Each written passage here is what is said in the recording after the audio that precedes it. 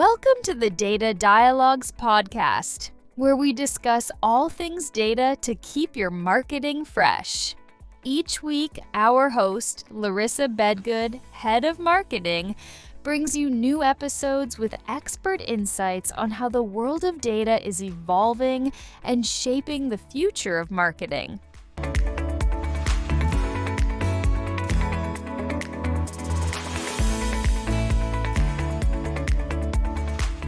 Hello, Data Dialogues guests and viewers. Today we're doing another episode. I have Michelle Taves with me. She is my amazing guest today, and we are talking about the future of data. So my name is Larissa Bedgood. I am the head of marketing here at Porch Media. And Michelle, do you want to introduce yourself? Absolutely, and thanks for inviting me, Larissa. I'm the Group GM of Porch Group Media. I'm just really excited to continue to talk about data. So before you and I started prepping for this podcast, we were like, it'd be really fun to share some thoughts and maybe AI-generated predictions on the future of mankind. I mean, the future of data, we love data. That's fun. But it's even more fun when you come up with some, pretty funky predictions of the future of mankind. So, okay, Michelle, what is the first one you found? The first one I found. So this was actually quite interesting and really a lot of fun to dig into this a little bit. Let's see here. I think one of the things that could be kind of interesting are pet robots.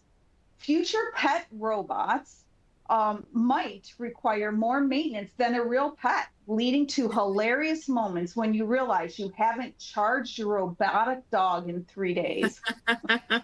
Okay, so that reminds me of when I was like a young girl and had the little pets that had batteries and they'd yap around and walk, and I don't know. I think the real pets that can maybe get the remote control, that's a little bit more fun.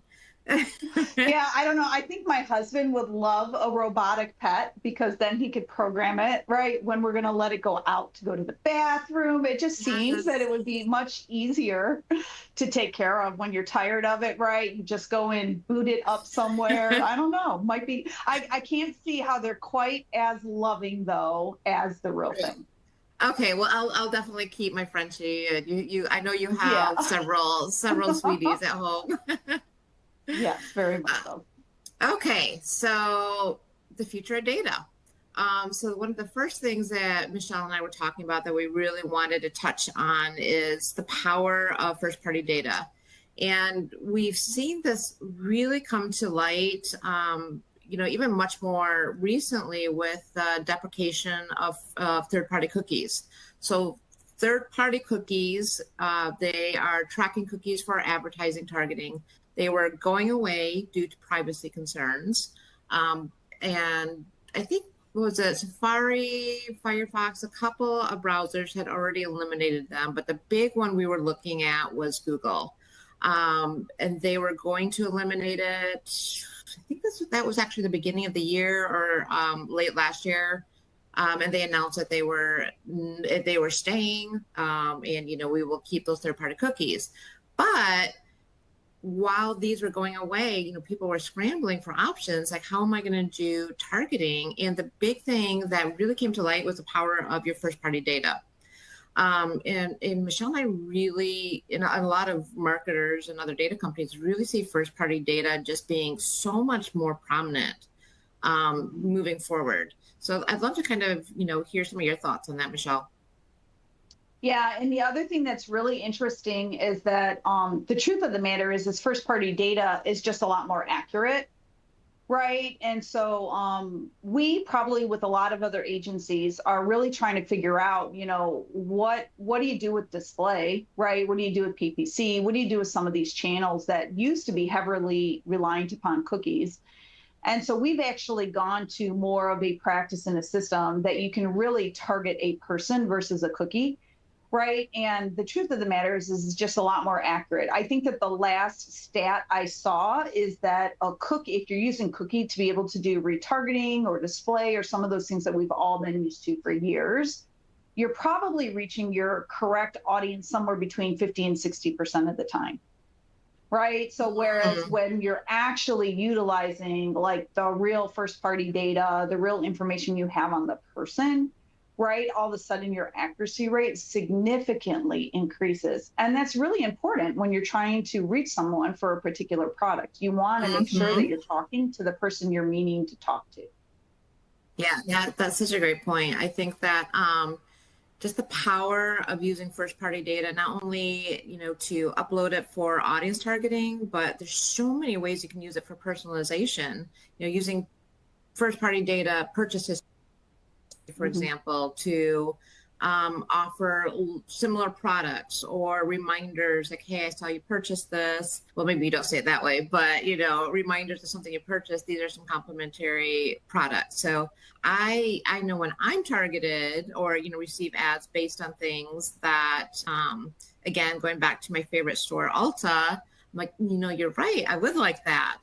Or I've been eyeing a really cool sweatshirt at Aloe and it's out of stock, but they keep on, targeting me with ads. It's like, I think you left something in your cart. I think you love this. It's like, yes, I do love it. I just can't find it. It's out of stock. But it shows that, like brands can really, really relate to you. And that's all through that first party data. Yeah. Well, the truth of the matter is you cannot personalize a cookie, right? You can't do deep personalization to a cookie. Now, as one person who I love cookies, I mean to eat them, not to use them. But I thought it was just really interesting too, as within the market, I don't know how many cycles we spent on what are we going to do when cookies go away? What does that mean? How do we do the campaigns, right? Cookie deprecation was a real thing. It's interesting how many companies actually popped up in the industry, right? ID graphs to a person. Here's your solution for your cookie. And then all of a sudden it ends up, it's like, oh, wait, no, we're just kidding. We're really not going to go away. I just really thought that was interesting. And that's going to bring me to my next future invention that I think we should chat about. One of the things that I personally thought was super funny is there's this thing called fashion choices. And what it says is in the future, our clothes might be made of smart fabric that can change color or style. Just imagine that awkward encounter. Oh, I liked the outfit you had on until it turned into a flamingo. That's amazing. I just want all pinks, anything pink. But, okay. So now I'm thinking, do you remember that story? I guess every kid maybe had to read it, but it was like the king with the invisible clothes or. Oh, yeah. Yeah. So of course I remember the story. yeah. Talk about an awkward fashion choice. So, let's just, as long as we just switch to colors and there's not an option to make them disappear, we're good. Yep. I'm pretty much a black, gray, and white person most of the time when I'm wearing, especially for work and for business. So I don't know how much I would actually use it, but I think it would be a ton of fun to be able to just like change your outfit on the spot. How cool would that be? Quick aside here, I think when we edit this podcast, our editor will need to drop a picture of you and I, Michelle, and Kristen, who's also the producer of the podcast, where I was dressed, I had my pink fingernails, I was very girly, kind of to the side, and then Michelle and Kristen just kind of had their arms around me, and it was just like, like I'm the pink girl. You're humanity picture, yes. Yes, the Habitat for Humanity picture. So we will drop that into the video portion of the podcast. Awesome. Okay. So with that, next trend that we see in the future of data, and that is around privacy first. We hear so much about, consumers want to be in more control of their data. And what a case in point with TikTok. TikTok there was so much going back and forth with concerns about TikTok and consumer privacy, and also AI. I just saw something on the news this morning about, and we know this, we've heard this, so many people are distrusting of AI, but especially younger consumer, well, really all ages, but for younger consumers, we want to adopt brands that put this out, want to adopt AI. They're like, no, like I don't trust that. I need you to be transparent with how you are using AI. So there's so many concerns about privacy today.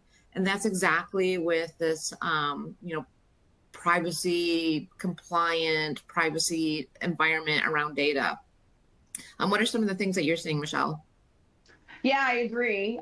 Privacy regulations, I think that there's a huge amount of respect I have in what we're trying to do and make sure that we're not, as a data company, misusing information, right? Like what we want to do as a data company is to be able to provide additive information that helps the consumer, right? We don't want to be a company that hurts the consumer in any way. And so I think that when we think about all the privacy regulations, that's really the goal, right? The goal is so that the consumer can keep private what they want to keep private, but at the same time, be able to get relevant messaging that they're actually interested in, rather than, being able to get messages that offers them the scare feel. The other one I think of is what just happened with all the FCC regulations, right? FCC was a real thing. They really wanted to have all this double and triple opt-in availability, especially if you're going to do any kind of like robocalling or anything to a consumer. And then last minute, it was supposed to go live. I believe it was right around January 25th. And literally that evening, it came across that they paused it for an entire year, right? I'm glad. Yeah, I'm glad that we do that, because I feel like we're really taking a good effort at looking at trying to figure out what is the value, right, of the regulations, because that's what the regulation should be about, is about providing value, transparency and consumer consent, right, and building trust, building trust that we are doing what we should be doing and that we are compliant where we should be compliant. I totally think that brands need to prioritize that, right? It will give us so much of a better consumer experience, and then consumers are going to want to hear from us. Yeah, absolutely. And that actually goes to the previous point we were making about first-party data.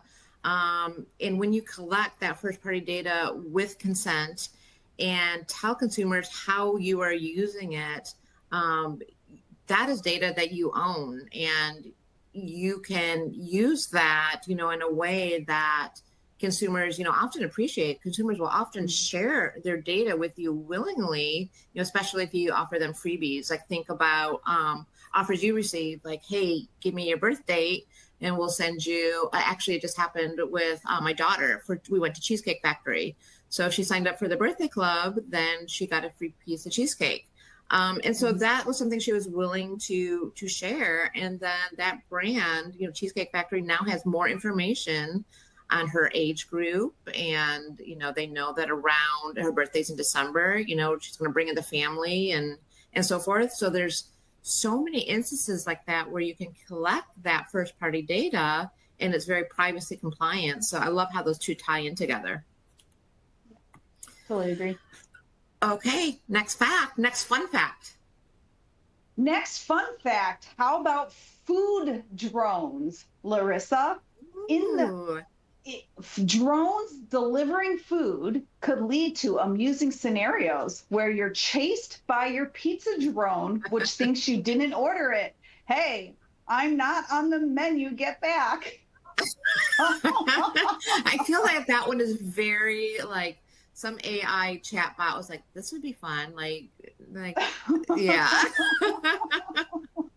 So there was another. Go ahead. I'm sorry. Yeah, go ahead.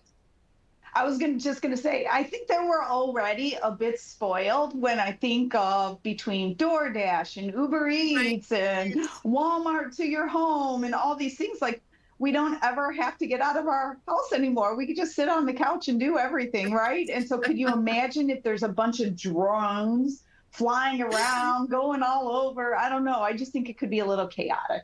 Yeah, that I don't know, but I would take like a drone delivery, I guess, of food any day. I already DoorDash, and I actually the other day I was feeling I ended up working a little bit longer on something, and I realized what time it was. So, I just door dashed. Actually, it wasn't very healthy. I door dashed a piece of cake and an appetizer instead of an actual meal. But you know what? That's okay.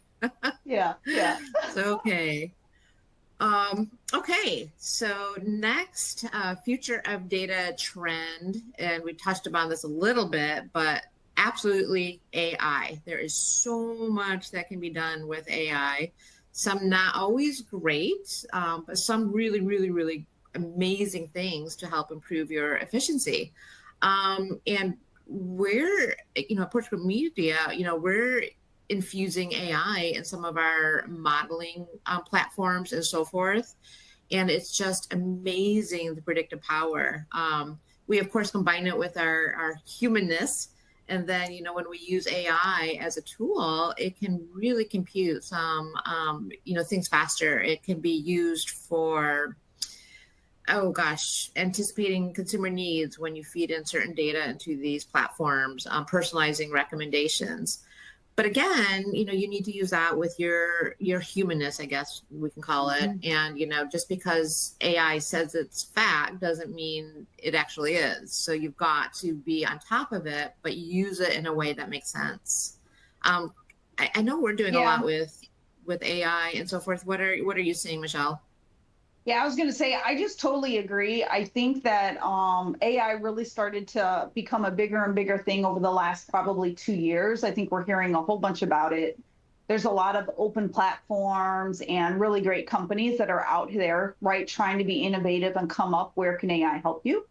I think that there's certain things that AI really works well at. Like we at Porch Group Media, we use AI for machine learning. We use it to be able to uncover patterns, to provide additional insights that maybe we couldn't see on our own.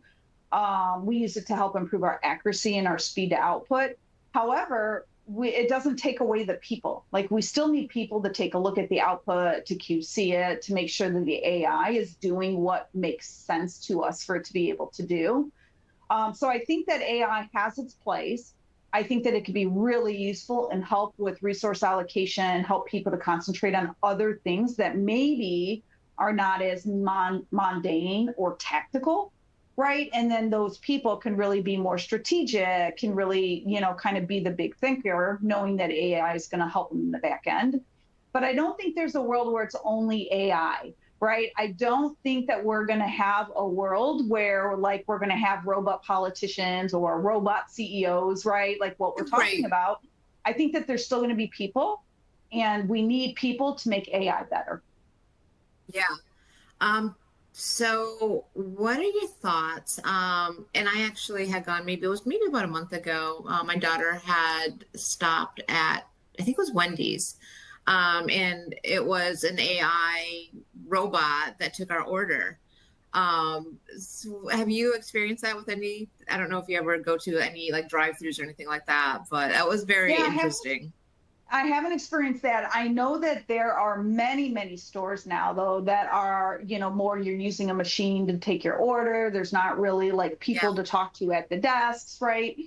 I mean, McDonald's does it too. Like, I think it's interesting, but I don't know. For me, I miss the people aspect of it a little bit, right? Like, it's just, why would I go to a restaurant just to talk to a computer and place my order? And then, I feel like you go out to get like the socialization, the going out experience.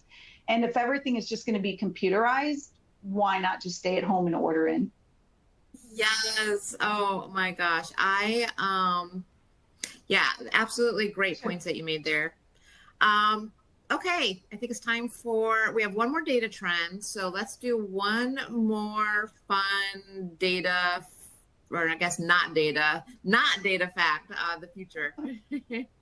Oh, I got one more that I really thought was fun, Larissa. And I got to admit, I think this is one I would probably do. I bet you would too, just knowing you. What if you could really be a time traveler?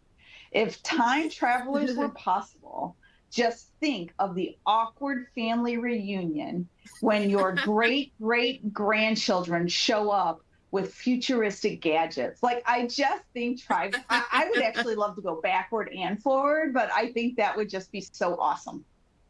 I'm going to go backward and I'm going to wear my color changing outfits and my robot dog, and maybe have a drone delivery from not Wendy's, and there we go. That's my plan. Well, I don't know if you ever saw the movie Back to the Future, but one of my Yes. favorite scenes were when he went back and he saw the guy bought Yahoo stock before Yahoo was a thing. Yes. I would do that. I would go back and buy Apple stock when it's just Yes. starting, right? Like do something like that. Yeah. Yeah, yeah, absolutely. I am down for that. Okay, so our last future of data trend that we are seeing is the focus on data quality over quantity. And wow, there's such an explosion of data today. And we also often want to just intake as much data as we can. And then what do we do with it? Some of it is AI produced and not always correct, when you're not paying attention to where that is being sourced. Some of it is from data providers who are not PGM and don't put all the strict regulations and protocols that we do with data quality. Mm-hmm. But there's such an influx of data today that you really, really have to be cognizant of intaking the right data, and making sure that data is clean and up to date. Because if you are going to intake, just a bunch of garbage, the old saying, garbage in, garbage out, and it does you no good. You are wasting resources by inaccurate targeting and ineffective ad spend, and on and on. So that to us, we started with a data quality platform. We still offer it today, but really strong, powerful data quality and integration platform. And it's just such, something we're just so passionate about here at PGM. I'd love for you to riff on that too a little bit, Michelle. Yeah, I actually like one of the quotes that we used to use all the time was quality data will become the cornerstone of meaningful customer experiences and personalization. I love the word cornerstone, right? Yeah. Because the whole thing is without quality data, something we talk about all the time, Larissa, is that the rest kind of doesn't matter, right? If you are targeting the wrong person, even if you misspell a name, right? Like people, how do you do personalization without having a correct name, the correct spelling? Sometimes those little things really matter. And I know for us, when we talk to brands all the time, usually the first place we start is they're like, you know what, our CRM database needs to be cleaned up. And that's not like, the most exciting product to be able to work on but it truly provides such a big opportunity for that brand because, if they're not targeting the people with clean, relevant, actionable, validated data, like they're just missing so much of the opportunity. And so we always start with that, right? Just creating like high quality, relevant data instead of collecting a massive amount of information that just doesn't provide any benefit. The more and more brands we talk to, they're not like scale is interesting to a certain extent, but they're really interested in quality scale, not just massive scale for the sake of it. Yes, so important. The fact about data quality that I always find really interesting is just how quickly data does change. I mean, you think of people moving, which is really, something that PGM concentrates a lot on is the move. But that's a changed address. People are getting married or divorced. Emails change, phone numbers change. So it could be something as minute as that can, totally derail a campaign. And it changes so quickly that you really have to be on top of data cleansing, fairly regularly. For sure. So before we wrap, any other last minute thoughts or fun stats or? Yeah, I think that the only thought I have is, whenever we talk to our customers, right, we always talk about, cleanliness is is the great place to start. Once you know, have like such a clean foundation, then you're ready to start adding on to that foundation, getting better consumer profiles, right? Maybe adding on prospecting to what you're trying to do. But, you know, when we talk to brands, they kind of want to skip the first step and they really want to just go into the second step. I feel like there's just a really large missed opportunity. You know, it's almost like trying to get to second base before you touched first base. You're going to be called out every time because you missed first base, right? You can't just go to second base. And so I just really like encourage brands to make sure to create a solid foundation, have your data clean, validated. That should be a priority. And then we can go and do the really fun stuff, right? Of like, you know, the personalization and the creative and adding on additional prospects and doing, you know, all kinds of analytics. That's fun, right? Everybody really likes to jump to that. But you have to have a solid foundation first. And so my last fun fact, I'm gonna go with the aliens one, Larissa. All right, so here we go. Visitors, if aliens ever come to Earth, they might leave confused because they thought humans were supposed to be more advanced. For example, what do you mean you still have traffic jams? I think of where me and you live, Larissa, like traffic is just like crazy with all of the tech and AI and all the things that we think about. Why can't we fix that? Yeah, I think we need us in our little Jetsons car zooming off on this podcast. And with that, we will be, thank you all for joining us. And obviously, if you're interested in learning more, follow our podcast for more insights on data and marketing. We're with Porch Group Media. And always feel free to reach out to us. We'd love to hear from you. So thank you. Stay data driven, stay creative, and we'll catch you next time. Thanks all. And that's a wrap. Thanks for tuning into Data Dialogues. We hope you enjoyed today's discussion and look forward to bringing you more insights and perspectives on the world of data. Be sure to subscribe on your favorite podcast platform so you don't miss an episode.